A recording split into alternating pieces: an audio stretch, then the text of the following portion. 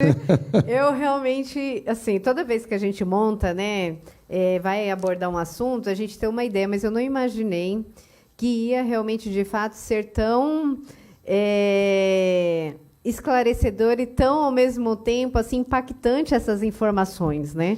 Porque até então, eu acredito que você que está aí, ó, tem até algumas pessoas aqui comentando, a Lorena de Jesus, gostei desse tema, estou em Pernambuco. Um beijo para você, Lorena, seja bem-vindo. Tem o Felipe Manassés, abraços a todos, São Bernardo, belo tema. Felipe, muito obrigada pela sua participação também. Aqui, ó, programa Camarote do Samba, concordo com o Major, parabéns pelo programa. Enfim, vão comentando, compartilhando, porque realmente é um assunto que nos faz refletir. Às vezes a gente acha, igual ele tem colocado aqui, existe, na verdade, a diferença, né, de um e de outro da atuação, e muitas vezes a gente nem tem esse conhecimento dessa diferença de atuações. A diferença da atuação é por conta do seu posicionamento como cidadão na sociedade. Você se posiciona, às vezes, como vítima, às vezes como autor, ou às vezes como criminoso. No caso ali, aquelas pessoas que agrediram o guarda municipal em Mogi das Cruzes, ele é um criminoso. Então, ele está se posicionando como criminoso. Tem o amparo dos direitos humanos por entidades de direitos humanos, que muitas vezes foram criadas por ideologias de esquerda, ideologias, assim, partidárias, contrárias ao governo que se posiciona no momento. Que existe tudo isso também. Aqui também. A gente não fala, a gente está aqui, de fato, esclarecendo para vocês a realidade que ocorre, né? Exatamente. Porque quanto mais clara ficar as informações, independente do partido que você tenha, das suas escolhas, a informação ela vai realmente te dar clareza da realidade, até para o seu melhor posicionamento também como cidadão. Exato. O posicionamento do guarda municipal ali, naquele momento, muito que se fala, parece que ele é uma vítima, quando ele está sendo agredido. E parece também que o policial, o guarda municipal, quando foi moralmente ofendido pelo o desembargador, não parece que ele é uma vítima? Mas ele é um agente do Estado.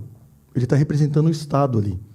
Então, não encaixa uma entidade de direitos humanos proteger o guarda municipal naquele momento. Mas a Fabiana e o Marcelo, se tivessem em momentos de folga, em momento de vida social, eles iam ser posicionados como vítimas. Mas naquele momento eles não são posicionados como vítimas, porque eles representam o Estado. Eles estavam servindo o Estado. Mesmo sendo vítima, eles não estão posicionados como vítima, porque ali eles estão representando o Estado. Aí vem o questionamento. Não existe direitos humanos, então, para policial militar, para guarda civil metropolitano? Existe, porque existe o direito da dignidade da pessoa humana. Só que no momento que ele está na atividade de policial e de guarda municipal, ele tem um posicionamento diferente. Ele não está no posicionamento de vítima. Ele está servindo ali, né? Exatamente, ele representa o Estado em prol da sociedade. Diante disso, Sônia, nós vamos falar bastante como minimizar os problemas sociais, fazendo políticas públicas para a utilização do direitos humanos. Nós vamos falar um pouquinho disso.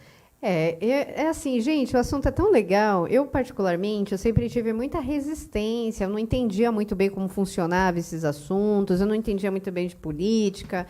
Não sei se também porque eu fiquei muitos anos fora do país, mas assim tem sido muito rico todas as informações que estamos abordando aqui, né? Tanto para mim também, eu tenho até que agradecer, porque me permite também compreender melhor, né, o contexto. Correto. E, lógico, eu fico muito feliz de ter conhecimento e compartilhar com cada um de vocês que estão nos acompanhando também de alguma forma. Eu acredito que eu me colocando no lugar de algum de vocês, aí pergunta assim, né? Mas de onde que surgem essas entidades?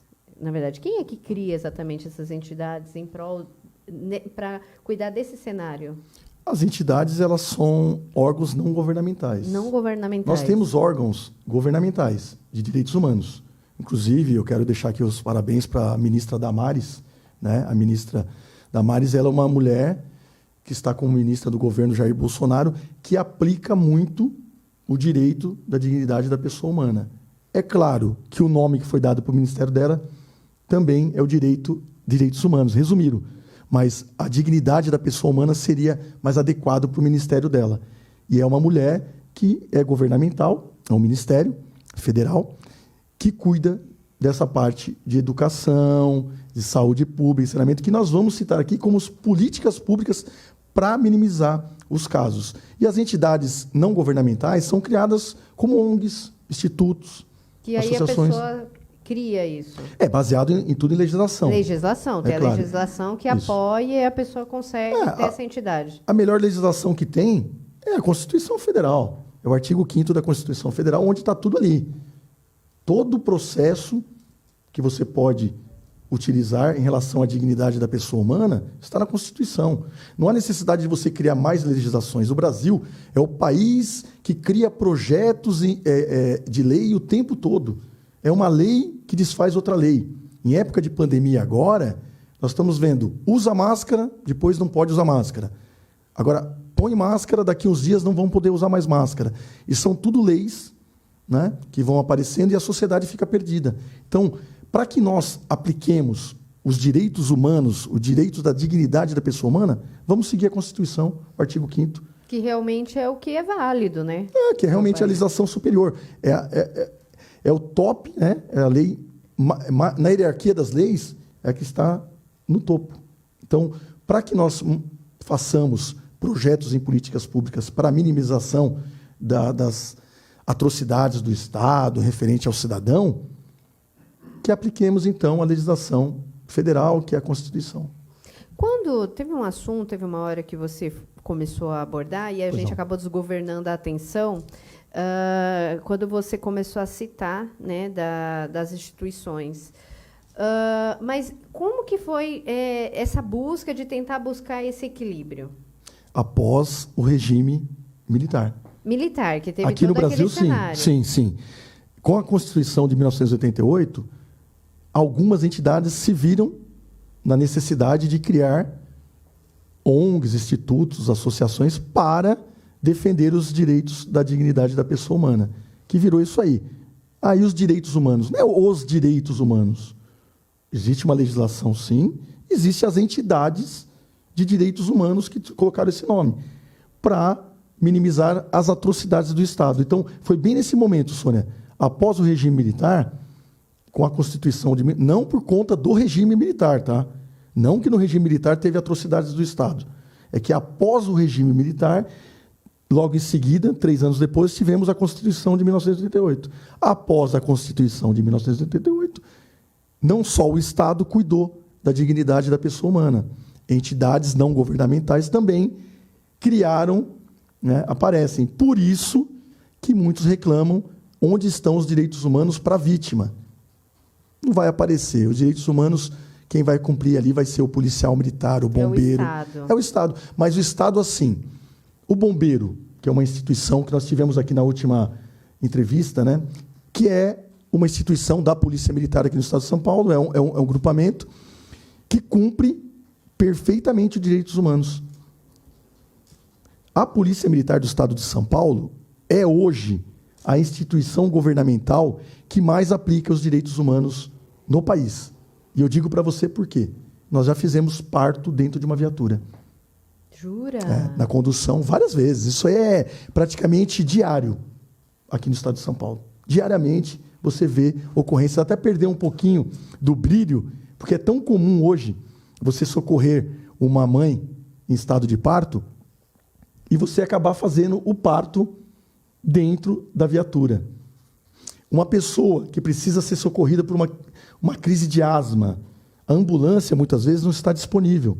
Quem que socorre essa pessoa? O grupamento do bombeiro, uma viatura da Polícia Militar. Então, hoje... O Estado, então, sempre está de prontidão a atender a sociedade. Não há necessidade de você ter entidades de direitos humanos não governamentais. Mas, já que tem, que faça seu papel bem feito. Não só proteção de criminoso, que faça seu papel. Que amplie essa vontade que eles têm de cuidar tanto dos direitos humanos do criminoso, que também cuide um pouquinho também do cidadão comum. Porque o Estado já faz, ou deveria fazer. Correto? Sim, mas se a gente for olhar num contexto, olhando agora por esse outro lado, esse outro cenário, então a gente tem muito mais amparo do que podia imaginar, do que as pessoas em si começam a abordar, né, dos direitos humanos. Sim. O que ocorre? O Estado não é obrigado a nos dar saúde?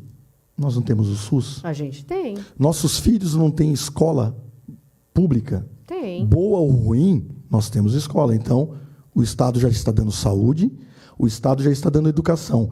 O Estado não é obrigado a dar segurança pública? Tem. Nós temos a segurança pública. Saneamento básico. Recentemente teve a votação e teve o marco do saneamento básico. Depois de 520 anos, o Brasil vai ter saneamento básico aqui. Não é também tratar da dignidade da pessoa humana você dar esgoto, água potável, energia elétrica, não é? Não faz parte da dignidade da pessoa humana? Então o Estado sim cumpre. Porém, por uma questão política, aí é questão política. Algumas regiões do Brasil, eu cito um pouco o Nordeste, fica abandonada por questões políticas. Então, hoje, né, eu me tornei, né, um agente público, que eu sou já há mais de 32 anos, mas me tornei uma pessoa política por conta do quê? Dos projetos e políticas públicas que nós colocamos para minimizar a falta que o Estado faz, às vezes, em nos aplicar a dignidade da pessoa humana. Faz como isso, Major? Aí nós vamos explicar agora, né? Eu sei que vai vir a pergunta, aonde nós podemos colaborar com projetos e políticas públicas, não projeto de lei, projetos e políticas públicas, com o terceiro setor, com entidades, que não precisa ser de direitos humanos, para ajudar o cidadão comum, o cidadão de bem. Porque eu sempre estou de mãos dadas com o cidadão de bem. O criminoso, a lei para ele. É a polícia, é o judiciário. O meu papo é com o cidadão de bem. Não, eu tenho achado incrível essa abordagem. Temos aqui, antes de responder realmente, de fato, essa pergunta, a gente tem aqui algumas pessoas participando. Ó. Ela é de Aquário. Sou Andréia, de São Caetano. Andréia, seja bem-vinda. Gostei demais desses esclarecimentos. Eu também tenho que admitir, adorei também. Tem sido realmente muito rico todas as informações adquiridas e compartilhado com cada um de vocês. Obrigada pela participação. Bom, o GCM, gente, eu estou adorando o assunto. Eu nunca imaginei que eu ia gostar tanto de trazer conteúdos tão assim, né, que realmente esclarece. Para vocês compreenderem, que eu também não sabia, mas eu perguntei, como o intuito do programa é justamente esclarecer, GCM, quando fala GCM, a gente está falando de Guarda Civil Metropolitano, né, Ricardo? Guarda Civil Metropolitano. É para vocês compreenderem a sigla, Vamos tá? lá. Algumas cidades não têm. Não tem? Não tem. O policial militar tem em todos os estados do Brasil e da federação, né? Do Distrito Federal. São policiais militares, são fardados, eles são militares, são policiais estaduais militares que atuam também nas cidades. As guardas civis metropolitanas são guardas civis, é um corpo fardado das prefeituras, são como se fossem policiais municipais. Eles atuam como policiais municipais, só que com algumas restrições. Então, eles atuam em praças, eles atuam em hospitais, em escolas, e isso é maravilhoso, por quê? O GCM é o primeiro agente de segurança pública mais próximo da sociedade. Mais próximo então, da sociedade. O investimento tem que ser muito grande. Eu digo para vocês, hoje, mesmo sendo major da Polícia Militar, eu vejo que os prefeitos, os legisladores municipais têm que investir muito nas guardas municipais, porque a minha esposa, o meu filho, minha filha, meu pai e minha mãe, quando vão numa praça, o primeiro atendimento é por um GCM. No hospital, tem guarda municipal. Na praça, na escola. Então, quando meu filho vai para a escola, tem lá um guarda municipal. Então, o guarda municipal metropolitano tem uma importância muito grande e tem que ser muito bem valorizado nesse país. E o que nós vimos essa semana foi totalmente o contrário. Um juiz, um desembargador de direito, ofendendo a moral da pessoa humana, do guarda municipal, e ofendendo o Estado. Na verdade, ali, ele ofendeu toda a cidade de Santos.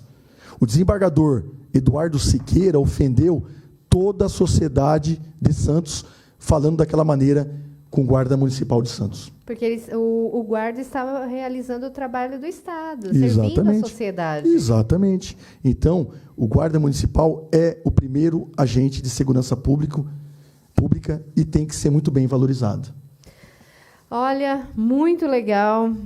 E agora, lógico, vamos à pergunta que não quer calar, né? Porque a gente precisa compreender como realmente, de fato, diminuir essas violações, né, dos direitos humanos, e de qualquer forma que seja, e como isso está relacionado a políticas públicas. Vamos lá. Agora é o que interessa para os munícipes, né? As pessoas dos municípios. Pois não. Ó, a gente sempre fala, mas provavelmente você que está aí, às vezes não ouviu, não sabe, às vezes vai falar assim, vocês estão falando só de política. Não, não é. Políticas públicas é completamente diferente. Totalmente. Totalmente diferente de política. Então, para quem não viu, tem como dar um breve resumo do que é políticas públicas para as pessoas compreenderem? Sim. Antes da gente começar a abordar? É claro. As políticas públicas são baseadas nos segmentos da sociedade. Saúde, segurança pública, educação, saneamento básico, moradia, emprego. Hoje, o desemprego no país é a conversa que mais... Um dia nós podemos fazer um programa aqui e falar só de emprego, produção de empregos. A falta de produção de empregos gera outros problemas, gera violência, gera problema na segurança pública. Os pais tiram crianças das escolas privadas e tem que colocar no ensino público. Aí você satura o ensino público. Como fazer? Se eu tenho 100 vagas de criança... Isso é um assunto excelente. Olha, gente, vocês políticas que querem, públicas, por favor, coloquem, porque esse assunto também muito me interessa, porque eu acredito que é uma dúvida de todos, né? Porque todo mundo quer saber, mas como que acontece esse negócio do emprego e tem esses impactos? Sim. Como eu nunca fui político, hoje eu estou como suplente de deputado estadual, mas eu não tenho nenhuma cadeira, eu não atuo como político, com mandato, eu não posso falar em relação a mandato de pessoas. Por exemplo, da minha cidade de Santo André, lá nós temos um prefeito que tem que executar os projetos de políticas públicas. Nós temos nossos vereadores lá em Santo André que tem que cobrar ao prefeito a execução desses projetos e tem que criar projetos. Então, hoje um vereador, vou falar de um nível municipal, tá? Hoje um vereador, ele tem que ser craque, tem que ser especialista em criação em projetos em políticas públicas, por conta da saúde, toda aquela história que eu falei para você, educação, saneamento básico. A primeira construção. Exatamente. Para realmente favorecer a sociedade, isso, no todo. E como o Major Ricardo Silva, na Polícia Militar, entrou com esse sistema COBAN nos projetos em políticas públicas. Como? Eu criei um método. Vamos fazer um método, vamos aplicar o sistema aqui nesse país, né? Como você disse, você morou no Japão, esse sistema é japonês. Vamos aplicar esse método nas cidades, com projetos em políticas públicas. Então, eu tenho lá uma entidade, né, uma organização não governamental, que mexe com proteção dos animais. Então, ela vai criar projetos dentro do sistema COBAN para que nós cuidemos desses animais e não criem problemas na segurança pública. É tão simples, gente. Todos os segmentos da sociedade desembocam na segurança pública. Hoje, a polícia comunitária é o segredo do sucesso da segurança pública. Sem polícia comunitária nesse país, não temos segurança pública. Pode ter policiamento de força tática, onde eu trabalhei 10 anos, temos policiamento de rota, temos policiamentos táticos, ostensivos, investigatórios, polícia civil, polícia federal, mas sem projetos em políticas públicas para minimizar lá na segurança pública, nós não vamos ter sucesso. Então, hoje, a polícia comunitária, ela cria projetos com entidades, com ONGs, institutos, associações, para fazer projetos em políticas públicas. Dei um exemplo aqui dos animais. Quer um exemplo de um acontecimento no mundo animal que eu vou ter que deslocar uma viatura para resolver o problema? Vamos dizer que você tem lá uma pessoa que tem 10 cães. E esses cães estão sendo mal alimentados. E esses cães começam a ser maltratados. E o vizinho verifica que esses cães estão ali passando fome, passando sede, apanhando. A vizinha pega e liga para a polícia militar ou para a guarda municipal. Aí eu desloco uma viatura minha para atender uma ocorrência dentro da legislação ambiental, né, onde estão os animais, para conduzir pessoas para a delegacia e ter mais um problema nas mãos. Para onde vão esses cães? Onde vai? Onde vai? Onde vai? Agora até eu quero saber também, gente. Aí nós temos as ONGs de animais e proteção dos animais. Só que elas já estão saturadas. Porque tem muitas. E não vive do dinheiro público, vive de doações. Da iniciativa privada, das pessoas queridas que doam. Eu agradeço aqui as doações que fazem para todas as ONGs, todos os segmentos. Então, eu estou trazendo um problema para a segurança pública. Agora, se eu tenho projetos educacionais, ou então com ONGs, né, protetores de animais, para mostrar desde criança até a vida adulta que ela não pode fazer esse tipo de coisa. Porque a gente for parar para pensar, começa desde pequeno, né? Sim. Desde de criança a conscientização. Igual quando eu morei no Japão, eu ficava impressionada. Você vê que as crianças, elas eram instruídas desde novinhas. Então, isso significa, gente, que a sociedade ela só vai melhorar a partir do momento que a gente começar a se conscientizar, passar a conscientizar os nossos filhos, para daqui a alguns anos a gente começar a ver esse resultado. Exatamente. Falando em políticas públicas, existe um segmento mais importante do que a educação. É o principal que desemboca lá na segurança pública. Todos os problemas de educação, hoje nós vemos, a minha mãe, meu pai, me educaram até os 6 anos de idade. Só que com os 6 anos de idade, eu fui encaminhado para a escola, onde eu ia ser educado e ensinado. Hoje, as crianças estão indo para a escola com 1 ano e meio, 2 anos de idade. Olha que situação complicada. Que é muito diferente de pegar os valores da essência dos pais. Educação informal. A educação informal ela é aprendida dentro de casa. Só que a vida moderna faz com que o pai e a mãe vá trabalhar e deixe o seu filho numa escola ou na mão de outras pessoas. Então, nós temos um projeto educacional chamado Menor Abraçado, que pega crianças dos 6 anos até os 12. E nós resgatamos essa criança na educação informal. Ensina a criança a respeitar os mais velhos, ensina a criança a respeitar o professor. As minhas professoras, acredito que as suas também, eram uma segunda mãe para mim. A minha professora lá do prezinho, do ensino primário, era uma mãe. Para mim, eu respeitava a minha professora como eu respeitava a minha mãe, minha avó, minhas tias. Hoje, nós vemos ocorrências, né, para a Polícia Militar e para a Guarda Municipal de professores sendo agredidos por alunos. Olha só. Então, um problema educacional que poderia ser resolvido muito bem com políticas públicas, projetos ali, está desembocando na segurança pública. Quer dizer, eu estou deslocando uma viatura que era para fazer um tipo de policiamento de combate ao crime, tendo que ir lá na escola pegar um menor de idade, às vezes de 12, 13, 14 anos, conduzir para a delegacia, chamar os pais e levar a criança para casa. Muitas vezes ocorre um crime maior, não só da agressão, né, da lesão corporal. Ocorre, como aconteceu lá em Suzano, um crime de homicídio. Aqueles garotos que entraram lá, o garoto era menor de idade, tinha 17 anos, e matou vários amiguinhos dele, matou professor, matou funcionários da escola. Então, os projetos em políticas públicas são baseados nos segmentos da sociedade.